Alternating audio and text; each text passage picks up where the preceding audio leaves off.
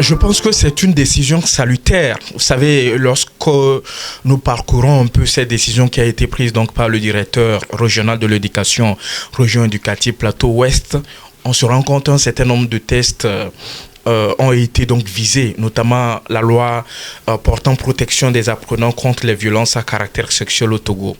Au cours de la semaine écoulée, nous avons vu une panoplie de réactions sur les réseaux sociaux, une panoplie de réactions sur un certain nombre de médias, notamment sur des médias internationaux, critiquant pour la plupart cette décision qui a été prise donc, par le directeur régional donc, de l'éducation, région éducative Plateau Ouest.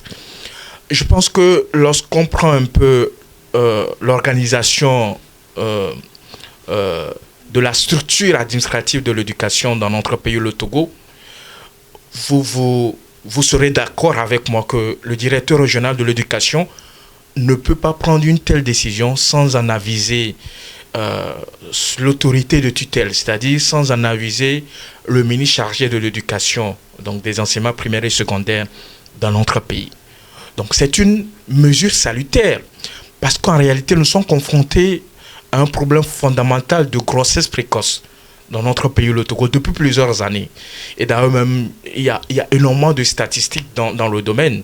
On parle de près de 3000 grossesses précoces en milieu scolaire chaque année, véritablement.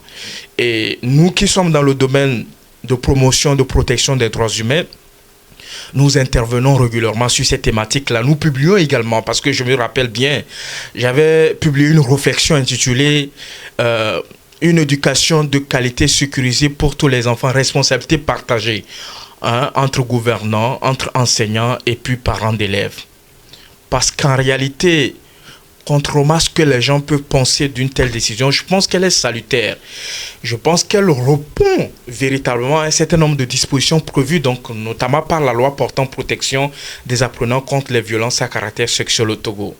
Beaucoup diront l'État ne fait pas assez véritablement. Je pense que c'est un faux débat. Parce qu'en réalité, pour des spécialistes du domaine comme nous, vous vous rendrez compte que la responsabilité de l'éducation de l'enfant est partagée. Bien évidemment que le droit à l'éducation est un droit fondamental consacré par la Constitution togolaise et que d'ailleurs l'éducation obligatoire jusqu'à l'âge de 15 ans, un certain nombre d'instruments au plan national et international, notamment la Charte africaine des droits et du bien-être de l'enfant, la Convention des Nations Unies relative aux droits de l'enfant et tout cela. Donc en réalité, la responsabilité est partagée. La responsabilité est partagée parce que l'État jusqu'à présent a joué son rôle véritablement. L'État a pleinement joué son rôle. Vous savez que depuis plusieurs années, la matière comme l'éducation civico-morale est obligatoire dans les écoles. C'est une matière fondamentale. Ce n'est plus une matière facultative. C'est pour permettre à ce qu'on puisse aborder les questions de santé, de reproduction sexuelle par exemple, de parler de la sexualité avec les élèves. Mais dites-moi, lorsque l'État qui est censé garantir cette éducation de qualité, offrir donc cette éducation de qualité, mais également mettre en place des infrastructures adéquates et un personnel enseignant de qualité. Lorsque tous ces éléments-là sont réunis et que les parents ne jouent pas en amont leur rôle, dites-moi, est-ce que cela peut marcher? Non. Dites-moi, combien de parents accompagnent leurs enfants le matin à l'école? Combien de parents vont chercher leurs enfants à la sortie de l'école? Vous vous rendrez compte que même, il y a certains enfants, pour leur premier pas à l'école, ils sont allés à l'école avec leurs grands frères. Les parents n'ont pas daigné de pouvoir accompagner l'enfant dans ses premiers pas vers l'école véritablement. Combien de parents discutent avec leurs enfants au retour de l'école pour essayer de comprendre leurs difficultés, les problèmes qu'ils ont rencontrés à l'école ou les problèmes qu'ils rencontrent à l'école, les problèmes qu'ils rencontrent sur le chemin de l'école et la compagnie qu'ils ont véritablement. Combien de parents se déplacent pour aller à l'école afin d'échanger avec le personnel enseignant pour avoir des éléments concernant leurs enfants, donc l'évolution de leurs enfants dans le processus d'apprentissage. Ils sont combien à le faire? Et une telle décision qui a été prise par les autorités éducatives, donc de la région éducative Plateau Ouest, est de bonne guerre. C'est une mesure qui renforce la protection donc, des élèves filles dans le cadre scolaire. Parce que la grossesse précoce est un acte de violence à caractère sexuel. Pour ceux qui ne le savent pas, parce que ça viole les droits de la fille, le droit à l'éducation de la fille. Vous savez, combien de filles sont amenées à abandonner l'école à cause des grossesses, même si la loi permet à ce que ces enfants continuent par aller. Mais comment est-ce que ces enfants-là vont se sentir, même s'il y a un accompagnement au niveau donc de l'école? Dans la société, comment on perçoit cela? Ces filles-là qui tombent précocement enceintes. D'ailleurs, même vous verrez des filles de 14 ans, 15 ans, 16 ans, 17 ans. Vous verrez de ces filles-là, même au primaire, vous verrez des filles qui tombent enceintes. Donc c'est une décision réfléchie, mûrie. C'est une décision qui a l'aval donc de l'autorité nationale, donc du ministre chargé des enseignements primaires et secondaires. C'est une sanction disciplinaire. C'est une sanction disciplinaire. D'ailleurs, même c'est une suspension temporaire parce que ça ne couvre que cette année-là. Et donc, ces élèves-là ont été présentés devant un conseil de discipline. Ils ont été écoutés. Et dites-moi, comment comprendre que pendant que vous empêchez la fille de continuer à aller à l'école,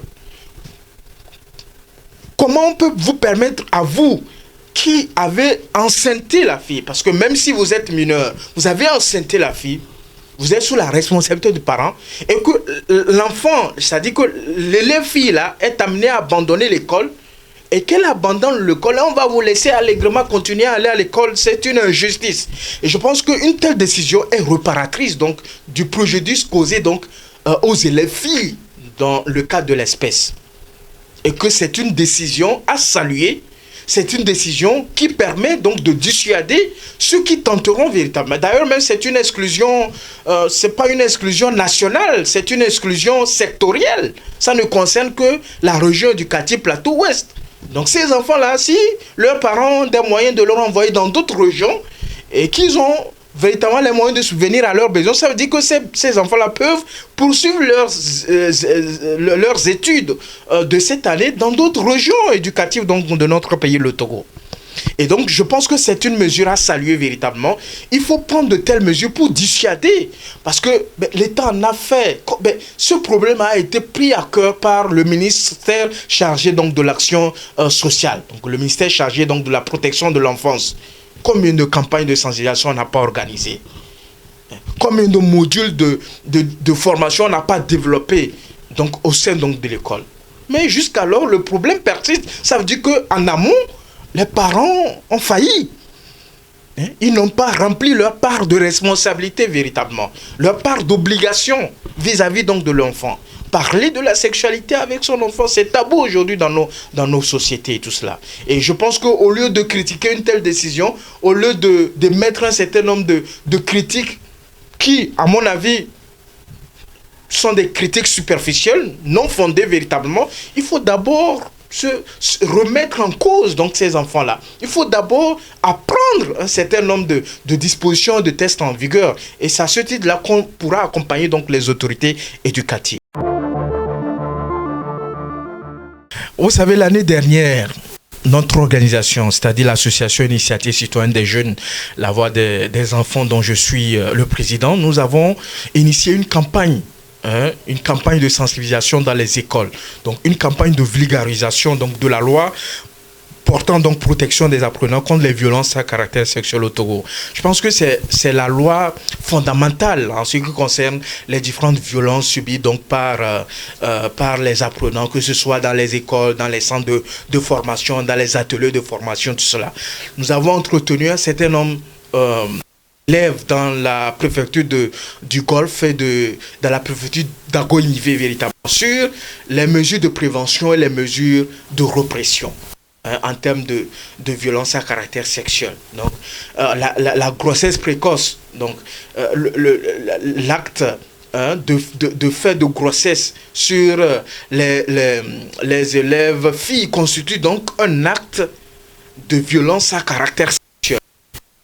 Vous prenez un peu la loi dont je viens de faire cas, par exemple l'article 8, qui dit que toute apprenante enceinte a le droit de poursuivre ses études si elle le souhaite.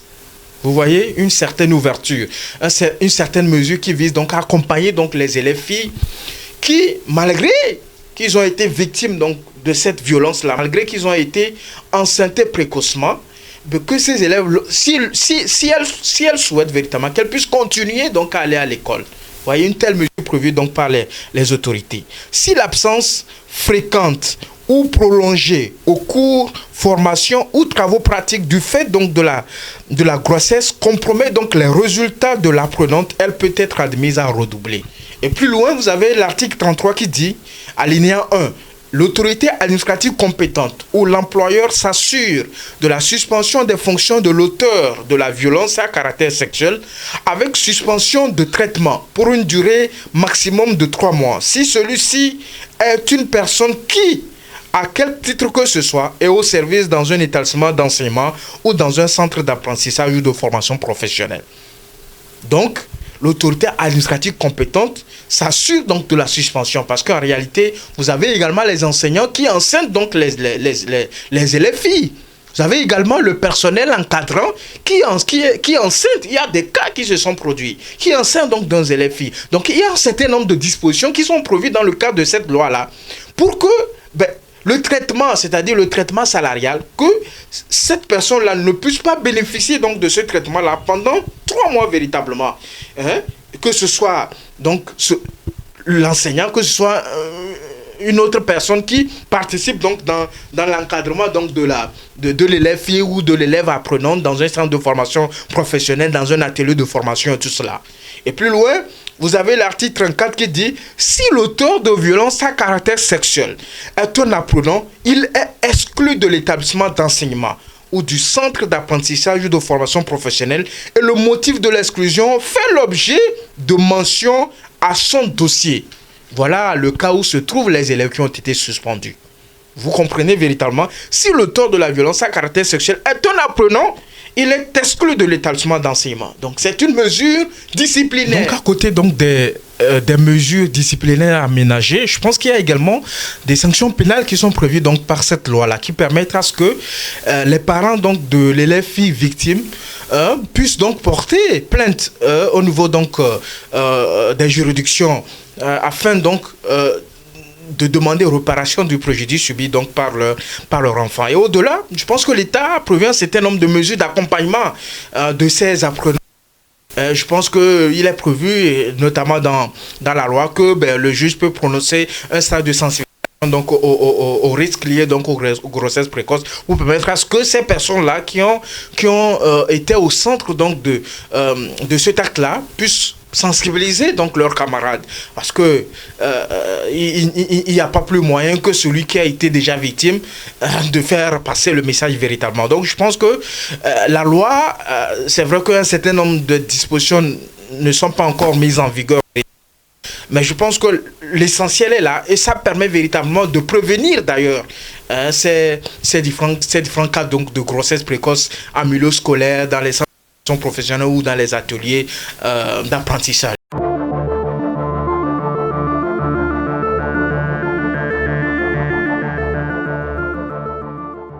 Vous savez, dans le cas de l'espèce donc de l'exclusion de ces 43 élèves donc des établissements d'enseignement au niveau donc de la région du quartier Plateau-Ouest, c'est une mesure qui a été prise face à cette situation. C'est-à-dire que ce n'est pas une mesure de prévention, c'est une mesure dissuasive véritablement. Et moi, je suis de ceux qui pensent véritablement que pour lutter efficacement contre les grossesses précoces en milieu scolaire, parce que, vous savez, un certain nombre d'actions ont été entreprises par les gouvernants, notamment le renforcement du cadre juridique, notamment des campagnes d'information, de sensibilisation dans les écoles, dans les radios et tout cela. Mais au-delà, je pense fondamentalement, et beaucoup de spécialistes seront d'accord avec moi, que le plus important doit être l'éducation que l'enfant reçoit à la maison. C'est-à-dire la relation entre l'enfant et ses parents véritablement. Quels sont les sujets qui font objet de dialogue et de discussion entre l'enfant et ses parents? Est-ce que la sexualité est un sujet qu'on aborde aisément dans les familles, dans notre pays, le Togo? Est-ce que la fille qui, à un moment donné, va connaître la consommation de son corps, est-ce que le garçon qui, à un moment donné, va également connaître une certaine évolution donc, de son corps? Est-ce que les deux là, est-ce que ce soit la maman ou le papa, est-ce qu'ils entreprennent véritablement des discussions de sexualité avec leurs enfants? Est-ce que ces enfants-là bénéficient d'un accompagnement journalier? C'est-à-dire que les parents se soucient véritablement de la fréquentation donc de leurs enfants, que ce soit à l'école ou sur le chemin de l'école. Le trajet que l'enfant prend le matin, le trajet qu'il reprend le soir en rentrant, est-ce que les parents établissent un dialogue permanent avec le personnel enseignant donc de leurs enfants à l'école, avec le patron, avec le patron donc de leur enfant dans le cadre donc des centres de formation professionnelle et tout cela. Est-ce qu'il y a un dialogue permanent véritablement? Et donc, ce qui est important, ce qui est fondamental, lorsque l'enfant reçoit une éducation de qualité à la maison, lorsque l'enfant apprend des choses sur la sexualité à la maison, lorsque ces informations-là lui sont données donc par ses parents-là, il y a plus de garantie, il y a plus d'assurance. L'enfant écoute facilement ses parents parce que pour l'enfant, son papa et sa maman sont des exemples à suivre. Son père et sa mère, c'est une référence pour lui. Donc l'école ne vient qu'en complément véritablement. Et donc pour permettre à ce que nous puissions lutter efficacement, après avoir essayé un certain nombre d'actions, le renforcement du cadre juridique, l'accentuation des campagnes d'information et de sensibilisation, si malgré cela, le phénomène persiste véritablement, ben c'est parce qu'en réalité, les parents n'ont pas su jouer leur rôle premier de formateur. Parce que les parents doivent aborder tous les sujets donc, dont l'enfant a besoin de savoir davantage. Les parents doivent accompagner l'enfant dans son processus d'apprentissage à l'école, en allant, en revenant, établir un dialogue permanent avec les enseignants et tout cela. Si tout ça là est mis en place, et vous savez, certains arrivent à le faire véritablement, et quand vous regardez l'évolution de ces enfants-là, que ce soit au niveau donc, de l'école et dans la société, ben, c'est carrément différent de ceux qui n'ont pas pu véritablement bénéficier de la disponibilité, de l'accompagnement donc des parents. Donc je pense fondamentalement que ben, la solution pérenne que nous pouvons préconiser, c'est de renforcer les liens entre parents et enfants. C'est de permettre à ce que les premières informations que l'enfant va recevoir sur la sexualité, sur la transformation de son corps, sur tous les aspects liés donc à la sexualité, que ces informations lui soient données à la maison par ses parents en premier. À l'école, l'école aussi apporte un complément, les zones d'ombre et tout cela. Et quand l'enfant reçoit des informations à l'école, des enfants qui ont une facilité de conversation avec les parents. Quand ils arrivent à la maison, ben l'enfant dira au maître que, l'enfant dira à ses parents que à l'école aujourd'hui, avec notre enseignant, nous avons abordé ces questions-là, tout ça là. Est-ce que papa c'est vrai? Est-ce que maman c'est vrai? Et donc il y a une certaine assurance véritablement. Et c'est à ce prix-là que nous arriverons donc à réduire considérablement les grossesses précoces donc en milieu scolaire qui constituent une violation des droits de la fille, notamment le droit à l'éducation, à la scolarisation. Parce que quand vous prenez aujourd'hui les statistiques, si vous prenez 10 filles et 10 garçons qui commencent le premier jour de l'école, c'est-à-dire que le primaire, mais jusqu'à ce qu'ils arrivent au secondaire, deuxième cycle, eh ben, la proportion n'est plus la même véritablement. Vous vous retrouverez peut-être sur 10 filles au primaire, vous vous retrouverez peut-être au lycée avec deux filles véritablement. Par contre, chez les garçons, ce n'est pas le cas. Vous pourrez retrouver véritablement les 10 filles, les 10 garçons véritablement au secondaire deuxième cycle, ou même 8 d'ailleurs. Donc je pense que ce qui est important, c'est de pouvoir permettre à ce que la fille puisse évoluer véritablement. Parce que vous savez que dans notre pays, l'excellence donc l'excellence éducative donc de la jeune fille est au cœur donc des actions du gouvernement togolais. Et il y a énormément d'initiatives qui ont entreprises pour encourager la fille à aller loin à l'école, à entreprendre un certain nombre de filières scientifiques et tout cela. Et si l'enfant ne reste pas longtemps à l'école, c'est-à-dire que si l'enfant n'est pas capable d'évoluer régulièrement jusqu'au secondaire deuxième cycle, comment nous pourrions permettre à ce que ces filles apprenantes-là puissent avoir la chance d'aborder donc ces filières scientifiques, d'aller à l'université, de pouvoir apporter donc une valeur ajoutée donc à notre vie nationale.